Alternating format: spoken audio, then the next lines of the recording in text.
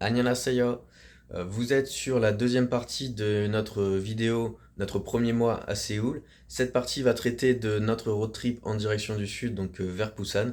Si vous n'avez pas vu la première vidéo, vu que c'est vraiment la suite directe, on avait tout filmé en une seule fois, j'ai mis la première vidéo dans la description. Sur ce, je vous souhaite un bon visionnage. En arrivant à Séoul, on avait déjà prévu de visiter également les alentours, les villes un peu plus petites. On a donc fait un road trip de 4 étapes en direction de Busan. Pour ces voyages, on a pris le bus. Les bus sont vraiment utilisés et vraiment très différents ici. Donc des bus qui sont intercity et qui sont d'un confort vraiment exceptionnel, largement mieux que les trains et moins cher. Donc peut-être pour 1 heure de trajet en plus, c'était beaucoup plus confortable de prendre ces bus-là. Notre première étape lors de ce voyage a été Andong, où on est resté pour 2 nuits. La raison principale de cet arrêt-là a été le Aoe Folk Village. Ce folk village est un village qui a été construit dans les années 1400 et qui est resté quasiment inchangé, où même les constructions modernes sont restées en fait en respectant la tradition et le style de l'époque. On est dans un petit village entouré de rizières avec vraiment un paysage magnifique. Les photos parleront d'elles-mêmes. Plusieurs Coréens sont venus nous accoster. Ils étaient vraiment ravis de voir les étrangers parce que là, on ne s'intéresse pas uniquement, comme à Séoul, aux activités principales, aux activités touristiques. On s'intéresse vraiment à leur culture. Le lendemain, on a été dans une école confucéenne dans la montagne. On est vraiment dans une petite ville, la ville de Handong, et n'a pas de métro, n'a rien. Et en soi, elle n'a pas vraiment d'intérêt touristique à l'intérieur de cette ville. Toutes les activités touristiques vont être à l'extérieur. On a dû prendre, encore une fois, comme le Aoi Village, un peu plus d'1 heure de bus. Généralement, les écoles confucéennes sont souvent isolées, soit dans la montagne ou dans des endroits un peu moins accessibles. L'avantage de ces lieux totalement isolés, c'est qu'on retrouve vraiment un calme qui est l'objectif recherché en se situant dans ces endroits-là. On a cherché à faire des activités un peu plus atypiques et ce qui est proposé notamment dans les temples, c'est de faire un temple stay. L'objectif de ces temple stay est de s'immerger donc dans la culture bouddhiste et la vie de tous les jours des moines. On a quitté Andong et on est allé au temple de Chichiksa. On a eu donc avec des Anglais et un autre groupe une explication de comment fonctionne le temple, quelles sont les croyances au niveau de chaque bâtiment, quelles sont les coutumes à appliquer lorsqu'on est à l'intérieur d'un temple. On a donc participé à la vie quotidienne des moines, on a mangé avec eux et on a également participé à une cérémonie à 4 heures du matin. Dans ce temple, on a dormi à même le sol sur des futons avec des habits vraiment le plus sobre possible. Le lendemain, on a fait une balade méditative qui nous menait tout droit à un autre endroit un peu plus loin dans la montagne afin de rencontrer le moine principal de ce lieu et de participer à un moment avec lui et de découvrir un peu comment méditer. Ensuite, pour la portion suivante de trajet, on est allé vers Daegu et cette fois, on a choisi de prendre le train, tout simplement parce que c'était plus simple, il n'y avait pas beaucoup de destinations au départ de Handong. Daegu est une des plus grandes villes de Corée. Cependant, c'est une ville qui va avoir beaucoup moins d'histoire, beaucoup moins de choses historiques à visiter. La raison, malheureusement, est que tout a été détruit lors des invasions japonaises. Cependant, c'était quand même une ville très intéressante à visiter. Il faut savoir que c'est la capitale du café en Corée. On a dégusté des cafés excellents et on a vraiment super bien mangé à Daegu. Le centre-ville est vraiment regroupé à un endroit, tout est condensé et c'est vraiment très, très sympa de se balader.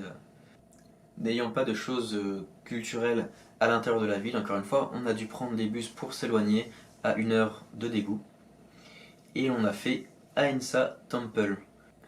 Ce temple est notamment connu pour avoir la bibliothèque, une conservation de tablettes en bois, des tablettes qui compilent toutes les croyances bouddhistes et pas mal d'archives historiques sont à cet endroit-là et ça fait vraiment partie des plus grosses réserves de tablettes. Cette bibliothèque et plus particulièrement ce temple fait donc partie des trésors de la culture bouddhiste. À la suite de Daegu, notre troisième ville a été Gyeongju. Gyeongju, c'est la capitale de Silla, qui est une ère très importante entre l'année 300 et l'année 900. C'est donc une capitale historique et de nombreux trésors de cette ère-là sont encore disponibles et visibles à Gyeongju. C'est de loin la ville la plus touristique que l'on peut trouver en Corée du Sud. Ici, tout est prévu pour le touriste. C'est une petite ville où tout est accessible à pied.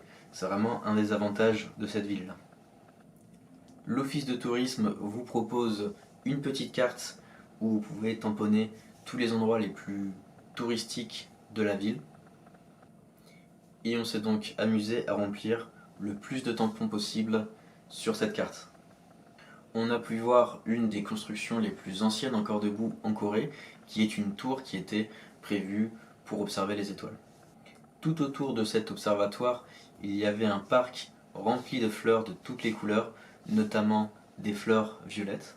Tout le quartier autour de cette tour est vraiment touristique, c'est vraiment un Nanook village, mais pourtant on n'est pas sur quelque chose d'historique. Les bâtiments ont l'air récents, mais ont conservé cet aspect et cette apparence ancienne. Encore une fois, de nombreux cafés avec des thèmes très poussés et tout est prévu pour se prendre en photo. Un peu plus loin derrière l'observatoire, on est allé jusqu'à un pont en bois, un pont qui a gardé cet aspect encore une fois d'origine de cette époque qui est l'ère de Silla. Ce pont est également illuminé de nuit, ce qui donne vraiment une très belle image. Gyeongju étant la capitale de l'ère de Silla, sur près de 600 années, de nombreux rois et reines se sont défilés dans cette ville, et la ville est notamment connue pour son incroyable nombre de tombes royaux. On a pu donc en visiter une et découvrir comment ces sortes de pyramides, mais version coréenne, se sont construites. Cette ville possède un musée d'histoire vraiment très grand, donc encore une fois sur cette époque qui est l'époque de Silla. On a pu voir plein d'artefacts, notamment des artefacts royaux.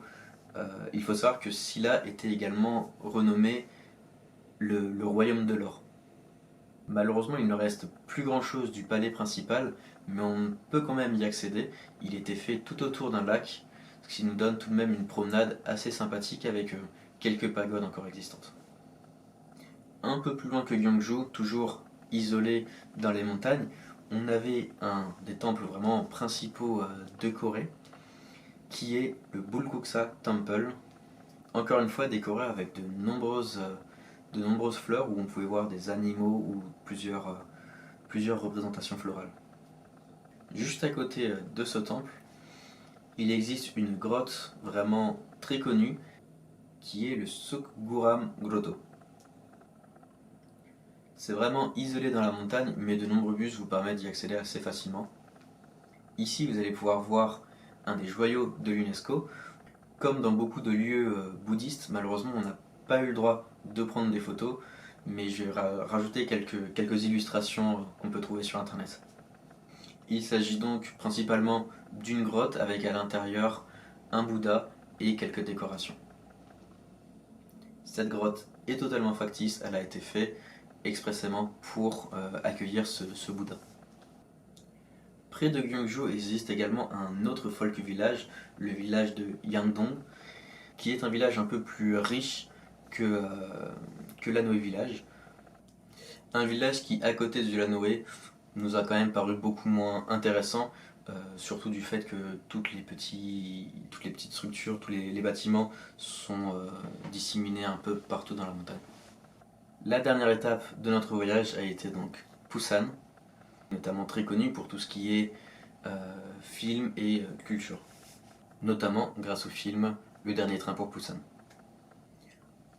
On est dans le sud et on est proche de la mer, donc dès qu'on a quelques temps, beaucoup de Coréens partent de Séoul pour venir en vacances à Busan. On a pris un hôtel pour notre dernière étape, juste à côté de la plage. C'est donc forcément un lieu également très touristique, surtout pour les Coréens. On peut y retrouver donc forcément de nombreuses activités touristiques, notamment le Ryan Holidays. Ryan étant l'une des mascottes d'une des plus grandes sociétés coréennes, Kakao. Dans ce musée, on va donc voir toutes les mascottes de la marque Kakao qui sont mises en scène pour notre plus grand plaisir. On a notamment des activités comme un cinéma en 4DX ou autre. Ce qui est très intéressant à visiter lorsque l'on part à l'autre bout du monde, c'est les marchés. Et donc on est retourné encore une fois dans un autre marché qui est le marché Jagalchi. Leur promesse, c'est que toute la seafood du monde se retrouve à ce lieu-ci. Comme dit plus tôt, Busan est notamment connu pour tout ce qui est l'art du cinéma ou les arts culturels. On peut donc retrouver ici la BIF, Busan International Film Festival. En vrai, on n'a pas vraiment vu de choses très intéressantes, malgré que c'est un quartier qui est vraiment poussé au niveau touristique. On n'a pas forcément été très séduit. Mais il y a tout de même un petit endroit, comme à Hollywood, où l'on peut retrouver les traces de grands acteurs du cinéma ou réalisateurs, et on a pu rencontrer quelques Français. L'avantage d'être à l'opposé de Séoul, c'est que là, forcément, on va avoir une architecture, avoir une ville qui est quand même très différente de Séoul, notamment dans des villages très atypiques. C'est le cas par exemple de Gamcheon Culture Village. Encore une fois, tout est prévu pour les photos et pour Instagram. Les Coréens adorent ça. Il y a différents culture villages, mais on a décidé de faire uniquement celui-ci qui est vraiment le plus grand, tout simplement parce que Busan étant la deuxième ville, il y a de fortes chances qu'on y revienne. Ici, c'est forcément très hipster. Encore une fois, ce que l'on va retrouver, c'est des tags, des maisons colorées. On a fait un petit parcours où, encore une fois, avec ce système de tampons qu'ils adorent, et des récompenses à la fin. Juste à côté de notre hôtel, on avait le Blue Line Park, qui consiste simplement à une balade en train ou alors en petit wagon de 4 places tout au long de la falaise, ce qui faisait à peu près 40 minutes de trajet. On est sorti encore une fois un peu des sentiers touristiques, on a cherché quelque chose d'un peu plus atypique. On a pris un bus et on est allé dans la Aoksan Forest, qui est une forêt de bambou. Le soir, on est rentré pour manger au marché traditionnel de Haeundae, Haeundae qui étant le quartier plage de Busan, donc là où on est actuellement. Et Amandine est tombée absolument amoureuse des hot dogs. Ils sont trop bons. Juste à côté de ce marché, dans la rue principale de Haeundae, donc la rue qui va du métro à la plage, il y avait de nombreuses choses à voir, notamment un spectacle de jet d'eau qui est gratuit tous les soirs. Toujours au niveau de cette plage, c'est vraiment là où se situe quand même la plupart des choses touristiques. On est allé au sommet de la Busan X The Sky, avec notamment le Starbucks le plus haut du monde. Bâtiment qui nous permet de monter sur un observatoire au 100e étage, qui nous permet d'avoir une vision globale sur la ville et également la mer. On a regardé s'il y avait des événements actuellement en cours à Busan et on est tombé sur le Webtoon Festival. Pour ceux qui ne connaissent pas, le Webtoon c'est, on va dire, vous connaissez les mangas au Japon, et bien en Corée, eux, ils ont le Webtoon qui est comme objectif d'avoir un téléphone et de pouvoir scroller afin de découvrir l'histoire. Et pour finir Busan, nous avons été voir un temple qui était en bord de mer et qui donnait vraiment une impression magnifique entre ces temples-là et la mer et les falaises.